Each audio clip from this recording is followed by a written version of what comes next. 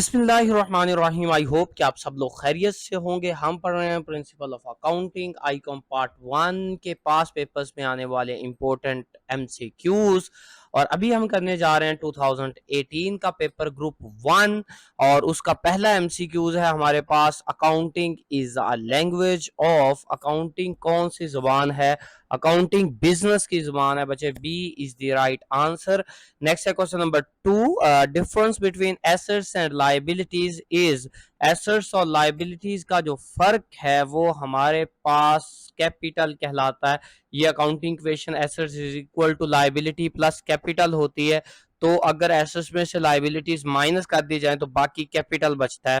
Next है MCQs number 3, loan from bank is. Bank से जो हम लोन लेते हैं वो हमारी लाइबिलिटी होती है कि हमने बैंक को पे करना है। A is the right answer.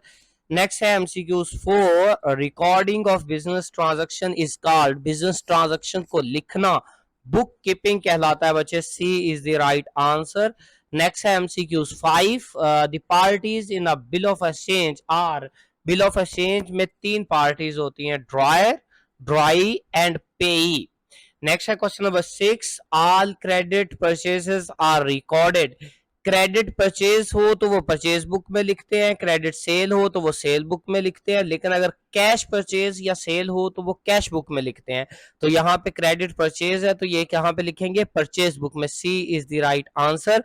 Next है question number 7, wrong entry is error of. Wrong entry जो है वो एरर ऑफ कमीशन कहलाता है, कि मतलब आपने गलत एंट्री कर दी है। The bill of exchange is drawn by. Bill of exchange कौन लिखता है? क्रेडिटर लिखता है जिसने पैसे लेने होते हैं। A is the right answer. Next है question number 9, direct expenses are related with. Direct expenses जो हैं वो परचेज से रिलेवेंट होते हैं और इनडायरेक्ट एक्सपेंसेस सेल से रिलेवेंट होते हैं।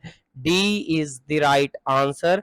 नेक्स्ट है question number 10, a trading account is prepared to know. हम क्या फाइंड करने के लिए ट्रेडिंग अकाउंट बनाते हैं? फाइनल अकाउंट में आपके तीन चीजें होती हैं। एक, ट्रेडिंग अकाउंट बनाते हैं जिससे ट्रेड ग्रॉस प्रॉफिट या ग्रॉस लॉस निकलता है।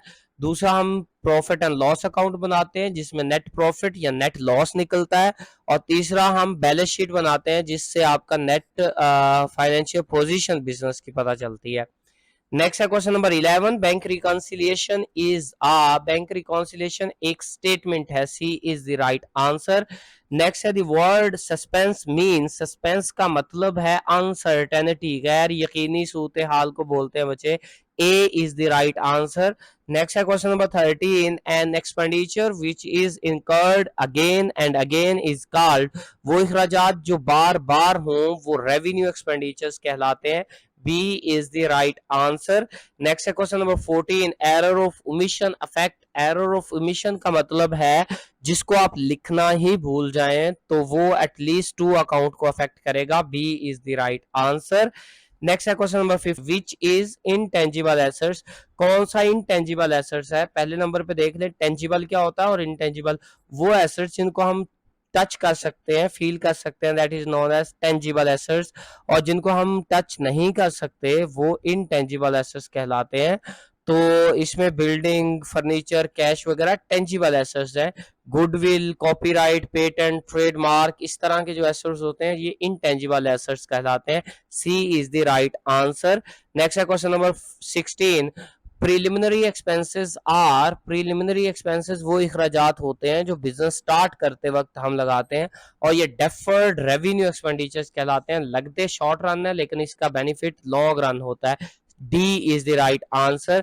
नेक्स्ट है question number 17, the owner of the business is called. Business का ऑनर प्रोप्राइटर कहलाता है। नेक्स्ट है question number 18, the person who owns money. वो बंदा जिसने पैसे देने हो अ डेटर कहलाता है। D is the right answer. Next है second last question, a purchase of furniture for cash should be debited to. Furniture के लिए जब हम कैश फर्नीचर खरीदते हैं कैश पे तो फर्नीचर आपका डेबिट होता है और कैश क्रेडिट होता है। B is the right answer. Last one है excess of debit over credit is called. Debit side अगर ज्यादा हो क्रेडिट साइड की निस्बत तो वो आपका डेबिट बैलेंस कहलाता है, और अगर क्रेडिट साइड ज्यादा हो, डेबिट साइड कम हो, तो वो क्रेडिट बैलेंस कहलाता है। आई होप कि आप लोगों को समझ आ गई होगी। किसी का कोई सवाल हो तो आप लोग पूछ सकते हैं। Thank you very much.